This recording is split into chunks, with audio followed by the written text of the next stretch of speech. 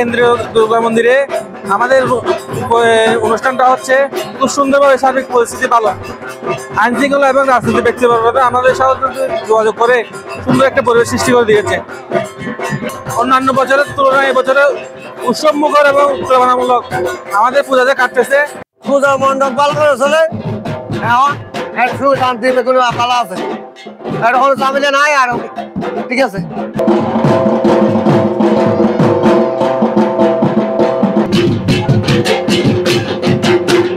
আমাদের হচ্ছে উকিয়াটা বিশেষ করে হচ্ছে সম্প্রীতির একটা উদাহরণ। দেখুন আমাদের এখানে হচ্ছে হিন্দু, মুসলিম এবং হচ্ছে খ্রিস্টান সবাই একসাথেই পূজা দেখতে আসে এবং হচ্ছে একসাথেই পূজা পালন করে।